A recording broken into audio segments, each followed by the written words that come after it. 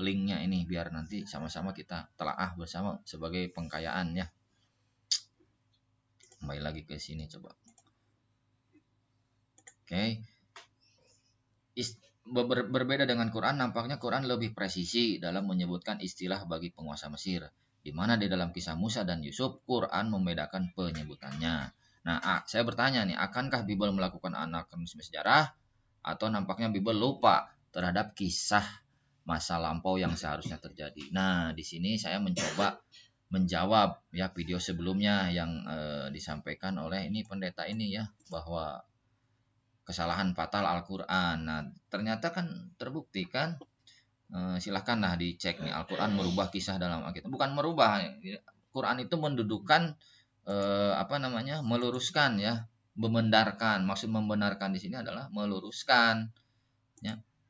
Sebentar saya matikan dulu.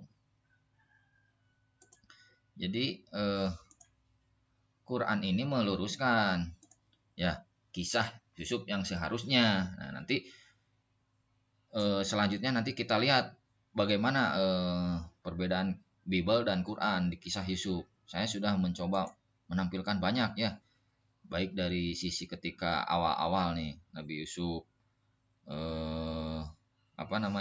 di keluarga, nanti ketika Yusuf bermimpi, ini saya sudah buatkan. Nanti dicek sajalah di channel ini ya.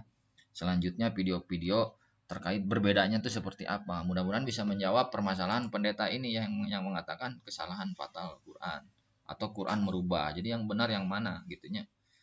Oke.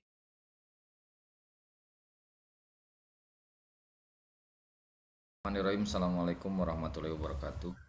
Salam sejahtera bagi kita semua. Hari ini hari Jumat ya. Syahidul Ayam, tanggal 19 Agustus 2022 video ini dibuat. Saya akan mencoba membuat sebuah presentasinya terkait Quran meluruskan kisah tanda tanya ya Yusuf alaihissalam. Nah, ini sub episodenya anakronisme ya. Jadi anakronisme ini pengertiannya adalah begini ya. Ini saya lihat di Wikipedia. Anakronisme adalah ketidaksesuaian kronologis dalam suatu karya, khususnya penempatan seseorang, peristiwa, benda, atau adat istiadat yang tidak sesuai dengan latar waktunya. Jenis anakronisme yang umum terjadi adalah penempatan objek yang tidak sesuai dengan latar waktu zaman pada karya yang ditampilkan. Nah, jadi ini anakronisme ya, apakah terjadi di kisah Yusuf ini. Jadi ketika kita mencoba mengkaji sebuah narasi tulisan ya, kitab suci, baik itu Bible maupun Quran, kita akan mendapatkan terjadi perbedaan ya, dimana Bible menyatakan bahwa penguasa Mesir ini yaitu Firaun ya. Nah, adapun Quran menyatakan penguasa Mesir adalah Malik atau raja ya. Nah, di dalam kisah Yusuf ini terjadi memang persinggungan kisah di mana Yusuf nanti akhirnya berhubungan dengan penguasa Mesir ya. Nah, tapi yang menarik ini detailnya ini kan, di mana penguasa Mesir ini kan di Bible ini disebut dengan Firaun. Jadi saya mempunyai sebentar. Nah, saya sudah mencoba menampilkan di dalam sebuah tabel ya, di mana ini Bible, ini Quran ya, Quran dengan hadis. Jadi kisah Bible maupun Quran ini mengkisahkan kisah Ibrahim, mengkisahkan juga kisah Yusuf, mengkisahkan juga kisah Musa. Nah, Bible ini pukul rata semuanya penguasa Mesir ini disebut dengan Firaun ya. Jadi memang kisahnya begini, di Ibrahim itu pasti ada sebuah episode di mana Ibrahim ini bersinggungan dengan penguasa Mesir ya. Begitu juga Yusuf bersinggungan dengan penguasa Mesir. Di zaman Nabi Musa pun sama, sangat bersinggungan sekali dengan penguasa Mesir. Nah, di Bible ini semuanya disebut dengan Firaun. Nah, adapun Quran ini membedakan ya. Ketika di kisah Yusuf, penguasa itu tidak disebut dengan Firaun tapi disebut dengan raja ya atau malik. Di kisah Musa barulah samanya Firaun dengan Firaun. Nah, kisah Ibrahim di dalam Quran tidak ada ya. Kita lihat itu tidak ada memang. Adanya juga itu memang di kisah hadis ya. Nanti kita coba lihat kisah hadisnya sebentar. Kita lihat. Nah, ini ada aplikasi hadis ya. Kita searching coba Siti Sarah ya. Nah, jadi di Sahih Muslim ini tampaknya muncul kisah Siti Sarahnya. Oke, nah kurang lebih saya bacakan ya di Sahih Muslim, kalau di lain tidak ada. Jadi memang di dalam Quran ini tidak ada kisah Ibrahim yang bersinggungan dengan raja penguasa Mesir.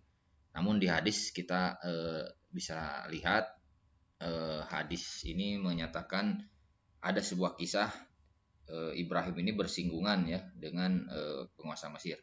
Nah, ini hadisnya di hadis Muslim. Jadi kisahnya kurang lebih Siti Sarah istri Nabi Ibrahim itu kan berkunjung ke Mesir.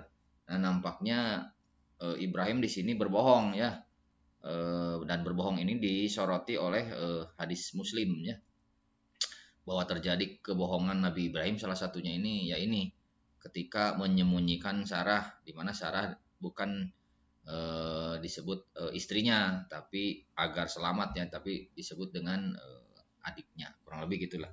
Ini saya bacakannya, bahwasanya Rasulullah SAW telah bersabda, sesungguhnya Nabi Ibrahim alaihissalam tidak pernah berdusta sama sekali kecuali pada 3 kali kesempatan.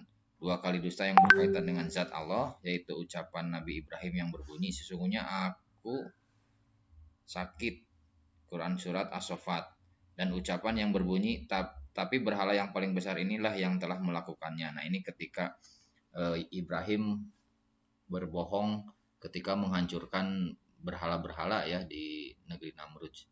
Yang ketiga ini adalah tentang dusta Siti Sarah yang ceritanya sebagai berikut. Pada suatu ketika Nabi Ibrahim alaihissalam beserta istrinya yang cantik Siti Sarah pergi ke suatu wilayah yang dikuasai oleh raja. Nah, di sini disebutnya raja ya, bukanlah Firaun ya, raja yang kejam. Nah, nanti kita lihat bahasa Arabnya, kita cek coba.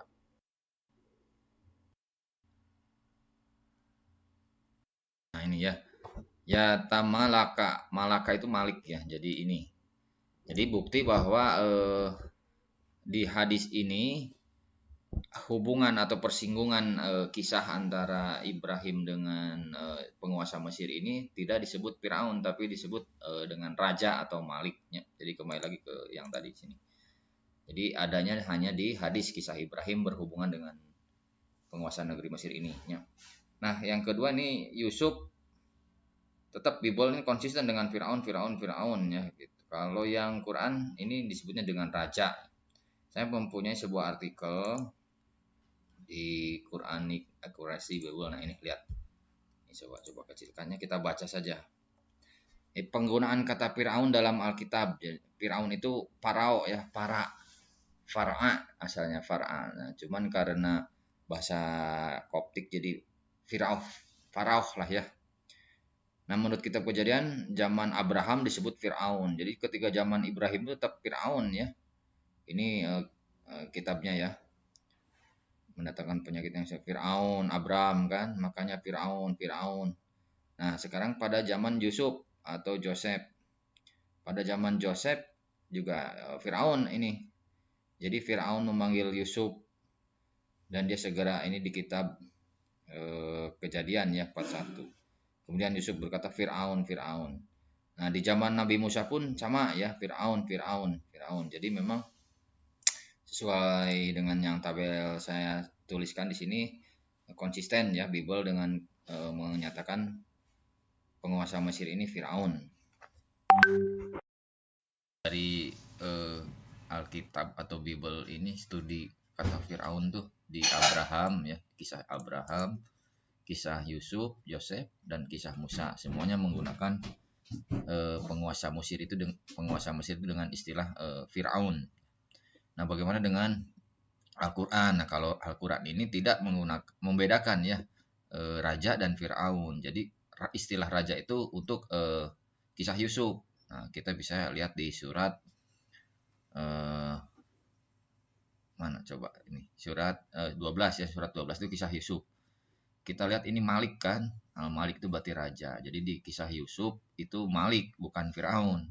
Begitu juga di surat tetap di surat Yusuf 72 ya. Ini mengatakan penguasa Mesir dengan Malik artinya raja ya. Jadi berbeda. Nah, jadi di studi di Al-Quran itu membedakan antara raja dan Firaun. Nah, sekarang di kisah Musa. Nah, ketika mengatakan penguasa di zaman Nabi Musa, Mesir, penguasa Mesir itu disebut dengan Firaun ya. Coba kita baca. Ya, Firaun. Jadi dengan istilah Firaun. Ini bisa dilihat di Quran surat 7 ya. Al-A'raf 104. Begitu juga di surat 10. 10 itu surat Hud ya mungkinnya. Nah, ini Firaun juga sama ya. Nah, jadi Quran itu jelas membedakan ya di kisah Yusuf maupun di kisah Musa. Kisah Yusuf itu dengan istilah Firaun. Yusuf itu dengan istilah raja ya, Malik. Adapun Musa dengan istilah Firaun. Jadi kurang lebih gitulah. Nah, ini ada bagaimana babad atau apa namanya tabel ya penguasa-penguasa. Jadi tabel penguasa di Mesir itu kita kenal dengan pradinasti, periode kecil kan, periode tipis, periode lama, kerajaan lama, menengah pertama, kerajaan tengah, menengah kedua. Nah, ini tahunnya ya sebelum Masehi. Nah, ini nama-nama rajanya nih, nama-nama yang terkenal lah kurang lebih ya. Ini berdasarkan situs Islamik ya. Nanti saya sharekan lah di link deskripsi ya, bisa dikunjungi. Oke, kurang lebih gitu. Nah, ini ada sebuah kajian juga sebenarnya di situs ini bagusnya. Jadi dia meneliti dari tabel ini dikaji ya berdasarkan tulisan hieroglif. Jadi kapan Abraham masuk Mesir? Nah, ini dihitung ternyatanya beberapa pendapat disampaikan di sini. Nah, terus kapan Yusuf masuk Mesir kan? Disambungkan dengan tabel penguasa ini kan. Kalau ini kan penguasa Mesir berdasarkan ilmu pengetahuan ya, hasil dari para pakar Egyptologi. Egyptologi itu berarti pakar kemesiran. Karena memang Mesir pada saat itu memang pusat peradabannya super power lah zaman waktu itu ya. Mirip kalau sekarang sih Amerika dengan Eropa mungkin ya. Sekarang Cina, tapi kalau dulu itu super powernya bukanlah Amerika, bukanlah Eropa atau Cina ya, tapi dulu itu adalah Mesirnya. Sehingga memang menarik nih kisah ini. Bukan yang kita kisahkan ini, Mesir ini bukan negeri kecil tapi negeri yang memang super powernya. Nah, kapan Yosef masuk? Nah, nanti dikaji. Kapan Musa masuk ke Mesir? Nah, ini menurut beberapa pakar ya. Nah, di sini ada studi linguistik ya, studi bahasa tentang kata Firaun. Nah, jadi ini hieroglif terus diterjemahkan. Nah, saya kurang lebih baca itu dari sini ya, Firaun itu. Jadi awalnya ketika zaman Nabi Ibrahim atau Nabi Yusuf ya, itu para itu kan Firaun ya, para itu sebenarnya bukan menunjuk kepada penguasa, tapi menunjuk kepada ini kodenya ini. Setelah saya baca ini ada kodenya rumah besar. Ini rumah. Nah, ini adalah kolom atau tiang-tiang. Nah, jadi dari sini nih. Nah, jadi kode ini inilah asal kata para atau Firaun, tapi tidak menunjuk kepada penguasa, menunjuk kepada rumah besar ya atau istana lah. Jadi istana itu sebenarnya para atau Firaun. Bukan Firaun itu bukan nama raja, bukan istilah penguasa suatu negeri ya. Tapi para atau Firaun itu menunjuk kepada rumah besar atau istana. Nah, ini para atau Firaun ya. Nah, jadi ada 3 entry yang berbeda. Nah, nanti kalau kita coba ini aja ketik saja di Google-nya nanti di web ini bagaimana menerangkan tentang studi kata PRA ini ya, bisa diselusuri. Jadi ternyata satu, maksud PRA itu adalah rumah besar. Kedua, PRA atau Firaun itu adalah istana ya, kediaman raja. Nah, barulah muncul setelah abad dinasti ke-18 mulai Firaun itu untuk sebutan raja atau istilahnya pada kerajaan baru. Tapi ketika kerajaan lama atau menengah itu para itu Firaun itu menunjuk kepada istananya ini. Nah, ini studinya. Nanti dilihat saja lah. Nah, the early certain instance where Pharaoh refers actually to the king in the letter Amenopis 4. Jadi mulai Firaun menjadi sebutan penguasa Mesir itu ketika ini nih, di zaman King early certain instance where Pharaoh refers to the king in the letter setelah Amenopis 4 ya. Nanti kita lihat, saya sudah mencoba menampilkan ininya lah, kronologisnya lah, nanti kita lihat di sini. Ini king-kingnya ya, raja-rajanya. Oke, balik dulu ke sini. Nah, ini studinya. Untuk berbicara ini tentunya harus kita lihat ya kronologis hieroglifnya. Di sini tampak kita lihat, nah ini bangunan atau perak Firaun. Ini bangunan istana raja. Jadi ketika kerajaan lama dan kerajaan menengah, Firaun itu sebutan untuk istana sebenarnya, bukan untuk penguasa. Nah, ini saya juga punya Wikipedia lah ya yang menerangkan tentang raja ya, Raja Firaun. Nah, memang kita bisa lihat dari sisi mahkotanya. Ini mahkotanya Firaun nih. Nah, ini ketika ini juga mahkota, tapi mahkota ini lebih ke arah ketika santai lahnya mungkinnya, posisi santai. Nah, ini studinya. Nih, ini kan mahkota nih. Ini mahkota yang, nah ini mahkota putih. Nah, ini ada yang mahkota yang bedanya, ini warna merah. Nanti kita lihat, coba saya sudah mencoba mengumpulkannya di sini. Nah, nanti kita bahas sedikit lah. Jadi kalau kita ingin mencoba memahaminya, tentunya kita kembali ke sini. Apa yang dimaksud dengan negeri Mesir ya? Negeri Mesir itu waktu itu superpower kan. Jadi ada Mesir bawah ya, ini delta. Ada Mesir atas. Artinya Mesir atas itu mungkin perbukitan ya, di atas. Jadi sumber mula air. Ini kan Sungai Nil nih. Ini Sungai Nil ya, yang memang panjang sekali kan Sungai Nil ini, dari hulu atau dari atas ya, Mesir atas. Nah, ini Mesir bawah. Nah, ini kurang lebih zona ininya zona geografis dari kerajaan negeri Mesir. Nah, ini dari sisi settingan waktu ya. Jadi ketika dinasti pertama ini mahkotanya itu seperti ini, dimana kalau yang putih itu biasanya, nah ini nih, kalau yang putih itu hulu, artinya raja-raja di hulu itu berarti raja di atas ya, di sini nih. Di Mesir atas itu biasanya mahkotanya putih. Adapun yang di bawah itu mahkotanya warna merah ya. Nah, mahkotanya merah. Tapi ketika bersatu ya, artinya setelah Mesir atas dengan Mesir bawah itu bersatu ya. Nah, mahkotanya akhirnya bisa bersatukan ini ya, merah dengan yang putih itu bersatu. Nah, ini ada studi dari mahkotanya. Ini penampakan dari bukti arkeologis nih. Ini kan mahkota putih nih. Yang ini mahkota merah. Yang merah, yang ini yang putih ini. Istilahnya namanya ini Hejjet. Adapun yang merah ini desert, hilir.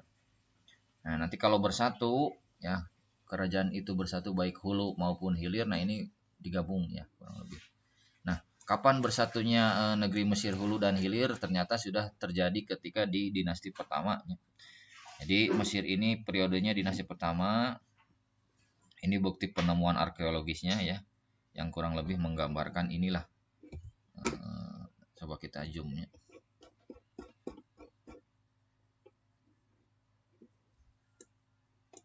Nah, kurang lebih kan itu tah mahkota ya. Ini kalau dilihat dari sisi tahun ini 3000 sebelum Masehi ya. Memang cukup lama. Nah, kemudian dinasti ketiga, keempat, kelima ya penemuan ini piramid besar ya. Terus Sphinx kan. Ini dinasti ketiga, empat, keenam. Nah, nanti ke-11. Nah, mulai di zaman dinasti ke-11, 12, 13 nih ada ya mungkin kecelakaan sejarah mungkinnya di mana negeri Mesir yang begitu superpower ternyata bisa dikalahkan juga oleh pendatang, suku pendatang Hyksos. Dari mana Hyksos ini? Hyksos ini datang dari arah sini. Hyksos ini ya suku Hyksos ini dari Madian ya, dari Arabnya. Ternyata Mesir pernah dikuasai juga oleh penguasa Arabnya, kabilah-kabilah Arab ternyata pernah berkuasa. Nah, ini kecacatan ya, mungkin roda itu berputar ya, kadang di atas dan di bawah. Sehingga ternyata penguasaan juga bisa beralih ke kabilah Hyksos ya. Nah, ini ketika masa kapan? Jadi ketika masa tahun 2000-an sebelum Masehi lah, 1800, atau dinasti ke-11, 12 dan 13 ya. Nah, barulah nanti 12-13 ini kembali lagi ke penguasa Mesir yang aslinya ya. Nah, ini bisa kita lihat, ini yang terkenal ini adalah Hatshepsut ya. Hatshepsut ini Firaun wanita. Nah, terus yang terkenal itu adalah biasanya Ramses II nih. Ini penampakan mumi Ramses II yang terkenalnya, di mana diduga kuat yang dimaksud zaman Nabi Musa itu ketika menyeberangi lautan ini ya, Laut Merah ini. Nah, Laut Merah ini adalah Ramses II ini. Ini di dinasti 18-19. Nah, inilah yang disebut kerajaan baru, New Kingdom. Kerajaan baru atau New Kingdom ini kita lihat di sini ya, plottingnya memang sekitar abad 18. Nih ya kan, abad 18, 19, 20 lah kurang lebih New Kingdom, atau istilahnya Firaun ini disebutkan kepada istilah penguasa Mesir ya. Jadi Firaun sebagai penguasa Mesir ini secara ilmu pengetahuan ini di abad 18, 19, 20 atau New Kingdom. Nah, ini saya sudah plotkan New Kingdom ini era raja-rajanya ini ya. Ada 18, 19, 20. Jadi yang terkenal itu kurang lebih tadi Ramses II ya. Bahkan nanti menarik ketika saya mungkin akan mencoba juga membuat video Ramses II itu Firaun zaman Nabi Musa itu yang mana kandidatnya? Apakah Ramses II? Ada juga yang menyatakan Tutmose III, ya, ada juga yang Amonhetep ya. Amonhetep IV, nanti kita lihatnya. Kurang lebih 18, 19, 20. Nah, ada yang mengatakan juga yang lebih kuat dalilnya itu Ramses II itu yang ini. Ya, makanya saya kasih garis nih untuk judul selanjutnya lah. Kandidat mumi Firaun ketika zaman Nabi Musa itu yang mana? Ya, kurang lebih ini dari sisi raja-rajanya ya. Oke. Nah, ini New Kingdom penguasaan beralih ke dinasti Ptolemeus ya. Ptolemeus itu Yunani. Nah, setelah Yunani beralih juga ke Romawi. Nah, Romawi terus nanti era Islam kan. Islam itu saya lihat itu adalah dinasti Fatimiyah, Ayyubiyah kan. Ini saya sudah coba munculkan ini Fatimiyah ya, Syiah. Kemudian ini juga Ayyubiyah ya, Sultan Al-Ayyubi. Nah, setelah itu nanti mungkin beralih ke Ottoman ya. Ottoman itu Turkinya, karena memang penguasaannya akhirnya Mesir dikuasai oleh Turki. Nah, kesininya baru di abad ke berapa? Ke-20 ya, 1800-an. Abad ke-19, abad ke-20 baru penguasaan beralih ke Eropanya, Perancis, terus Inggris terakhir. Nah, barulah ke Mesirnya, Mesir. Nah, ini dari sisi sejarah timeline ya. Oke. Nah, sekarang bagaimana hubungan dengan judul kita kali ini? Yang ini kan tadi. Ya. Nah, Nah, kita lihat ya. Jadi bagaimana dengan judul kali ini ya, anakronisme ini. Sebentar. Saya matikan nih ya. Nah, bagaimana dengan judul ini, anakronisme ini? Tentunya hubungannya dengan tadi di mana sebenarnya plotting kisah Ibrahim. Nah, ini Ibrahim tuh di sini ya, di masa periode Hikos bahkan ya, Hikos. Jadi bukanlah disebut Parao atau Firaun, tapi menurut artikel yang dikonfirmasi ya, menurut beberapa artikel tetap ya yang sesuai penemuan bagaimana cara membaca hieroglif ini, ternyata memang di zaman Nabi Ibrahim ini bukanlah disebut Firaun, tapi penyebutannya Raja Mesir itu adalah Malik atau Raja. Nah, dalam hal ini berarti Quran benar ya. Nah, ini dari masa Ibrahim. Nah, di mana kisah Yusuf terjadi? Nah, di Yusuf pun sama. Jadi di antara kerajaan tengah dan kerajaan lama ya, Old Kingdom dan Middle Kingdom. Dan peristiwa ini di zaman ini tidak ada istilah Firaun. Firaun itu menunjuk kepada suatu bangunan istananya. Nah, seperti hieroglif yang ditampilkan di sini. Jadi bangunan istananya. Nah, ini nih. Ya, jadi Perah ini kan kata hieroglif ya.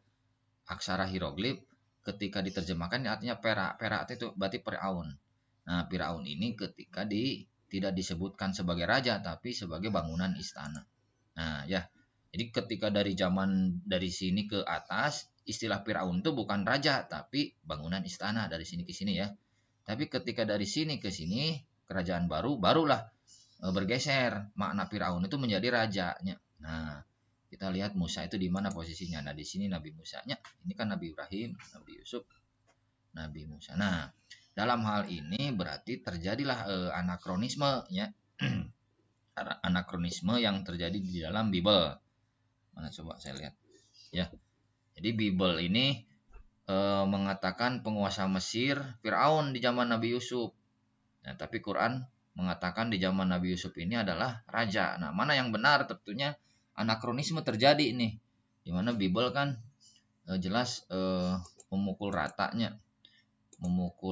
bahwa Bible zaman Ibrahim, zaman Yusuf ini Firaun semua. Nah, ini terjadi anakronisme menurut penemuan yang terjadi sekarang dari tulisan-tulisan hieroglif setelah diterjemahkan terjadi tidak masuk akal ini kalau disebut Firaun.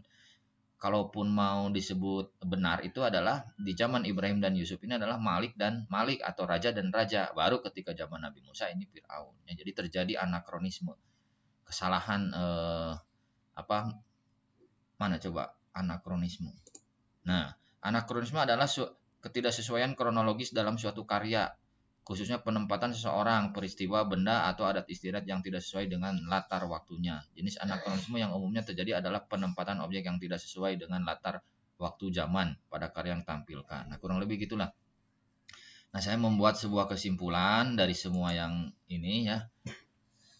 Saya juga melihat di Kamus Besar Bahasa Indonesia. Nah, pertama, anakronisme itu adalah hal ketidakcocokan dengan zaman tertentu. Ya, penempatan tokoh, peristiwa, percakapan, dan unsur latar yang tidak sesuai menurut waktu di dalam karya sastra. Jadi memang kesalahan sejarah lahnya. Contoh anakronisme, nah ini sebuah contoh saja ya supaya terbayang. Contoh misalkan berita kemerdekaan Republik Indonesia, nah kemerdekaan RI itu kan tahun 45 ya. Waktu itu disebarluaskan ke seluruh negeri melalui media WhatsApp. Nah, ini di mana salahnya? Nah, di sini masalahnya kan di WhatsApp ini. WhatsApp tidak ada di tahun 45 kan. Nah, ini kecacatan sejarah nih atau istilahnya anakronisme nih. Baca kisah ini terjadi anakronisme. Jadi maksudnya pernyataan ini terjadi anakronisme. Mana anakronismenya? Ini WhatsApp ya. WhatsApp tidak ada muncul di tahun 45. Di mana era tahun 45 belum ada perangkat smartphone, terlebih aplikasi WhatsApp. Nah, kurang lebih gitulah ya anakronisme ini. Nah, saya mau mencoba menyimpulkan anakronisme di dalam kisah Yusuf. Baik Quran maupun Bible mengisahkan kisah Yusuf. Di dalam kisah tersebut Yusuf merantau ke negeri Mesir dan bertemu penguasa Mesir. Namun istilah penyebutan penguasa Mesir yang dilakukan oleh kedua kitab suci ini nampaknya berbeda. Di dalam kisah Yusuf, Bible menyebutkan penguasa Mesir dengan sebutan Firaun. Adapun Quran menyebutkan penguasa Mesir dengan sebutan Malik atau raja. Nah, ini mana yang benarnya? Akhirnya, sebagai wasit yang adil, beberapa ilmuwan Egyptologi, maksudnya ahli kemesiran ya, yang kini berhasil menafsirkan tulisan hieroglif. Nah, ini wasitnya nih, wasit yang adilnya dari sisi pengetahuan. Peninggalan peradaban Mesir akhirnya mengungkap kesalahan yang terjadi pada Bible, di mana istilah sebutan Firaun tidak tepat jika disebutkan dalam kisah Yusuf maupun Ibrahim. Jadi tidak tepat ya, karena memang istilah penguasa itu bukanlah Firaun tapi raja ya. Nah, tapi kalau istilah Firaun itu bagi sebutan istana di zaman ini Yusuf dan Ibrahimnya, ini kesalahan Bible. Menurut tulisan hieroglif, istilah Firaun sebagai penguasa Mesir tidak dikenal di Mesir pada zaman kerajaan menengah, terlebih kerajaan lama ya, yang tadi ya. Ini menengah nih, Middle Kingdom atau Old Kingdom, lama. Jadi tidak dikenal nih. Baik lagi sininya.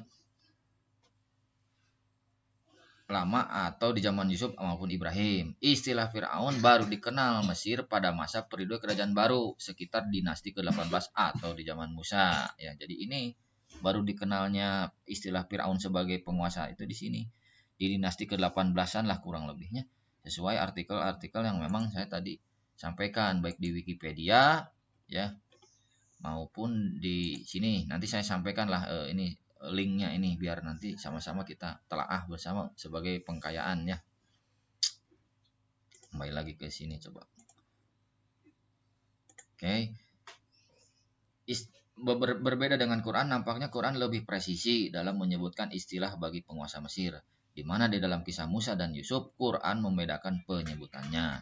Nah, saya bertanya nih, akankah Bible melakukan anakronisme sejarah atau nampaknya Bible lupa terhadap kisah masa lampau yang seharusnya terjadi. Nah, di sini saya mencoba menjawab ya video sebelumnya yang disampaikan oleh ini pendeta ini ya, bahwa kesalahan fatal Al-Qur'an. Nah, ternyata kan terbukti kan, silahkanlah dicek nih, Al-Qur'an merubah kisah dalam Alkitab. Bukan merubah, Quran itu mendudukkan meluruskan ya, membenarkan. Maksud membenarkan di sini adalah meluruskan ya. Sebentar saya matikan dulu.